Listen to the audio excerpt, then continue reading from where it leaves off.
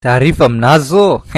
Uongozi wa klabu ya Yanga nao umetoa taarifa kwa umma hivi karibuni baada uongozi wa klabu ya Simba kutoa taarifa kwamba wataweza kususia mchezo ambao unafuata wa dabi ambao utachezwa pale Mkapa.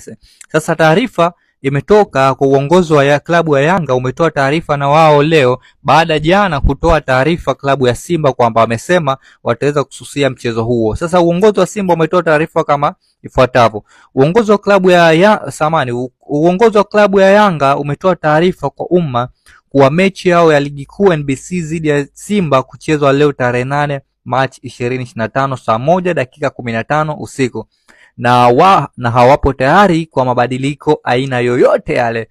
Na nukuu, Yanga kama mwenyeji wa mchezo tunaamini taratibu zote za mchezo kama inavyoelezwa kwenye kanuni ya ligi kuu ya NBC ziko sawa na maandalizi yako tayari.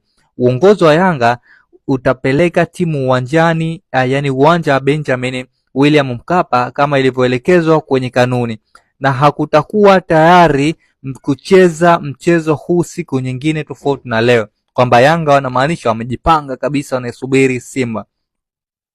Yanga wamewaalika mashabiki wote waliosafiri kutoka nchi jirani na wanachama wote kujitokeza uwanja wa Benjamin Mkapa kushuhudia mchezo huu. Unafikiria nini kitatokea? Simba, Yanga au TFF?